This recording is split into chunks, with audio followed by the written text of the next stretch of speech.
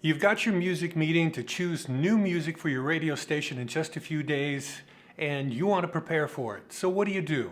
That's what this lesson is all about.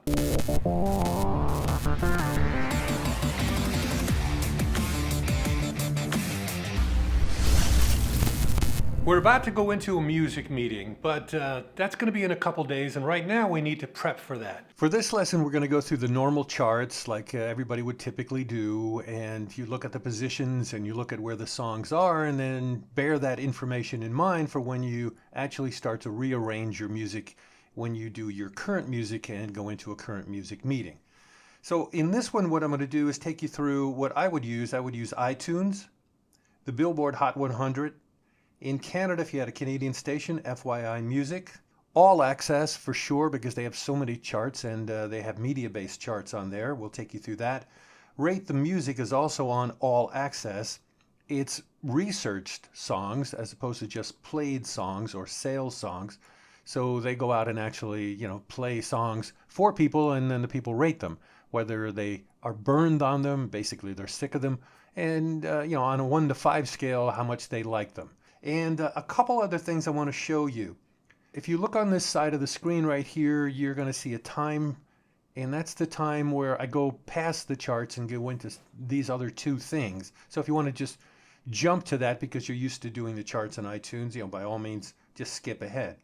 Where I'm going with the other ones are Spotify, which you may or may not use, and one more online sales data website that I happened to hit by accident. And it's pretty cool. Let's start with iTunes. In typical iTunes, you'd open up iTunes, you're going to get a page like this. It says Store up on top. Down on the bottom right-hand side, you're going to see top songs. If you hit it, this is what you get. And here's the top songs. And I equate iTunes very much like Handelman's rack jobbing. And you probably don't know what that is. Many, many years ago, when records were primarily sold and CDs, in other words, something physical as opposed to a digital download, Handelman's was a company that basically was a distributor for music to record stores over the entire Midwest. Essentially, if any record store wanted to sell a record, they had to go to Handelman's to physically get it into their stores. So Handelman's saw all of the sales. They had an incredible amount of data. iTunes has the same thing. iTunes probably has 50% of all digital download sales in the United States and maybe even the world. It might even be as high as 80, 90%. I don't really know. I just know that it's more than anybody else. So therefore, when I look at this top song chart, I'm going like, yeah, I believe this. Even more so when I see something like this, weekend, weekend, weekend, weekend, weekend, weekend, weekend, as you start looking down the chart. This makes sense to me that the sales would jump because he just did the halftime of the Super Bowl. So therefore, the older songs are going to start selling again. So it makes total sense. This is a pretty decent chart, if you will, to take a look at. What we're going to be looking for on all of these things are the chart position, if they show it, which iTunes does, what's climbing, what is falling, and you could see that when you compare this week to last week. But we don't have the numbers on iTunes to do that. It only shows you current right now. I would also be looking for strong songs that are clearly, at the moment, out of your format that probably you could play if you wanted to take the shot on them. Like a good example would be maybe Keith Urban's Blue Ain't Your Color. Huge country song, and man, that was really a pop song. It really was. That could have easily been played on AC. Now there's Billboard, and you take a look at the Hot 100. Here it is. And for this one, as you can see, as we scroll down, you can now see this week versus last week. This is on right here, number 1 last week, number 1 this week. 2 and 2, 3 and 3, 4 and 4, 5 and 5. Not a lot of movement going on here. 6 and 6, 7 and 7. Number 8, Weekend, and it was number 14. So obviously this is a jump. This is a song that's coming pretty fast. And as a matter of fact, this song is coming really fast, as you'll see as we start to go through some of the other stuff. This is a really strong song, great song too. And it's coming pretty fast. Holy, Justin Bieber, 9 to 8. So this one is starting to fall a little bit. It's starting to slow down. So you'd go through the whole list and bear those numbers in mind, and we'll do that for every chart.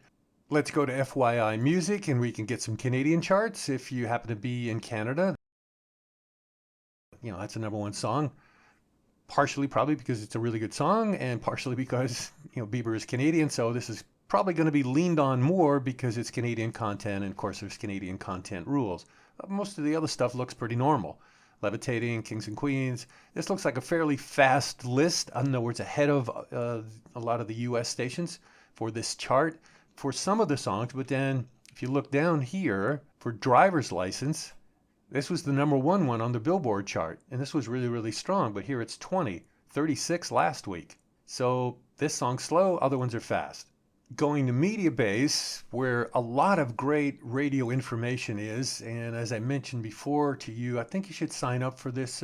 It's free. You can really up your game by just hanging out here and wasting some time reading stuff. But let's do the song charts.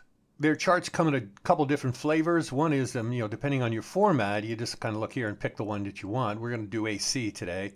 There's a 7-day report, and there's some longer ones, and there's also currents or currents and recurrents. So you can look at that. Let's just go to the AC chart, and we'll get the report for the currents only. And this is what it looks like. Blinding Lights, Adore You, Louis Capaldi, and so on and so forth. Just going to tell you about the next lesson coming after this. What I'm doing is taking 19 to 1. I'm grabbing this chart right here from #1 to 19 just as it sits, and I'm going to make believe on the next lesson that this is our current playlist. And then we're going to take all the information from the charts and stuff that I'm showing you on this lesson and figure out what the next week's current music would be, starting for this chart on 1 to 19 as the basis for an AC station's play. Okay, that would be our current playlist, and then we're going to change it. That's the next lesson. Again, you'll be watching last week versus this week. Big jumps up, big falls down. What's out of format that's coming pretty fast? What can I play that I think my audience might like, that it would fit in with the format if I just took the gamble on it? You can also see on here recurrents if you're not quite sure what to put into a recurrent. It gives you a good idea of time too. If you look at this and you go, a lot of stations have got this in recurrent, well, and you don't. Depending on when you started playing it, it might be time for you to move it down into a recurrent because you see that. A bit of follow the crowd, but also, again, if you're lost a little bit and you're starting out, sometimes it's good to follow the crowd until you get your bearings on your own radio station. I don't really like following the crowd, but sometimes it's not a bad thing if you don't quite know what you're doing yet. Something else that's on here is ads. You see the ads up here? Now we're going to get this report. So let's just get the ads for AC. This is going to tell you the songs that are being added onto radio stations at a pretty decent pace. Taylor Swift and Willow's getting added. Sam Smith and Diamonds are getting added a lot. Bon Jovi, and then there's kind of a drop-off after Break My Heart. It's, these are kind of very low. This could be low because they've already added them, so there's hardly any stations left. Or a different way of putting it, whoever these 3 stations are that are adding Bieber, they're like, they're way behind the times. You can view it that way too. One more thing that's under formats that's really interesting, if you go under here for hot AC, modern AC, and AC, if you look down into rate the music, this is persons 12 plus. They literally have asked people over the age of 12 what they think of these songs. Give me a rating 1 to 5, and are you sick of it or not? So this is hot AC. We'll move it to AC. Post Malone Circles, that's on top. BTS, Christina Aguilera, the song from Mulan. Post Malone, they like this song. It's got a 4. That's strong. The Burn is 37.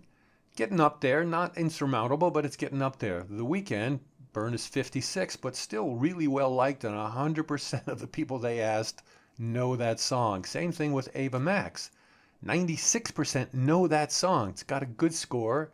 43% Burn, but this is a kind of a relatively newer song for AC. This is Women 2554. All of this makes total sense. Let's go to Spotify. Just want to show you something that, in case you don't know that it's there, things that you can do. That this is sort of like almost having research that you don't have to pay for, which is great because usually stations don't have any money to pay for it, especially for gold songs. Here's Bruno Mars. This is his top 10 songs that have been streamed on Spotify. That's what I like. 1,000,000,001. When I Was Your Man, 900 million. Locked Out of Heaven, 700 million. Just the Way You Are, 900 million, and so forth. you can get an idea of strong songs. And even for other songs that you're considering that maybe are not in the top 10, let me just find a sort of a weaker one. Here's probably one right here. See this one out for this album, Doo-Wops and Hooligans? Song Our First Time. If you put your cursor right over these little ticks, you can actually see the plays, 45 million. Now, 45 million is not going to make it up into here, but you get an idea. This is sometimes good for more current songs or something that would maybe be time-wise in the recurrent area. And you can do this for any artist. Just pick an artist and go. Everything is on here. Lastly, let me show you this. This is digital sales data. The website is called digitalsalesdata.com. That makes sense. And this is the sales of songs digitally in the last 24 hours across the United States. And any country is on here. So, if you're watching this and you happen to be in Canada or you happen to be in Brazil or wherever, you just pull down and that'll be the sales for your country. Like iTunes, to me, this makes sense. I don't know where they get their data from, and I don't know really how much you can trust this, but it looks normal to me. And the reason this looks normal to me is because of The Weeknd. Knowing that he just did the Super Bowl and the entire world can see the Super Bowl, when you start looking at the sales, because people would start buying his current stuff and go back for his old product, you see, Blinding Lights is on here, Can't Feel My Face. That's an older song. All of a sudden that starts selling again. And he would be on here a few times. Here's a couple more. Feel It Coming, The Hills. That makes me believe that this chart is probably pretty real. And you could count on it to a pretty decent degree. Also seeing Morgan Wallen up here. Now I know he just blew himself up because of the racial thing that he did.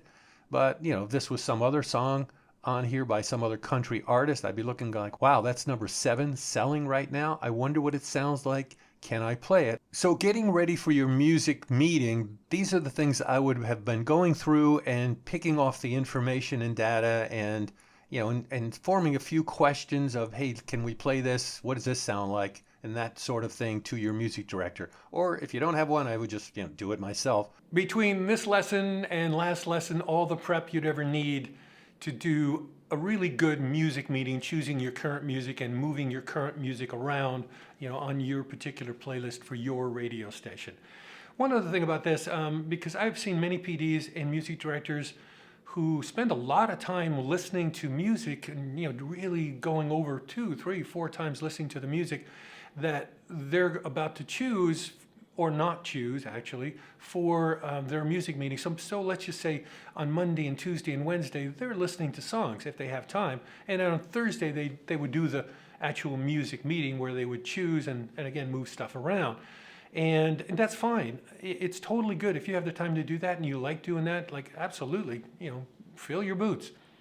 I don't like to do that because I like to hear a song fresh and new and how it strikes me, just like a normal listener, because a normal listener, usually when you start playing a new song, they would not have heard it before. As we go through this course, I'm going to tell you many, many times, there is not one way to program a radio station. There is hundreds of thousands of different ways to do it, and a ton of those work. A lot of them don't, but there's a lot of them work. I've seen things where it's like, wow, I never thought of that. That's a good idea.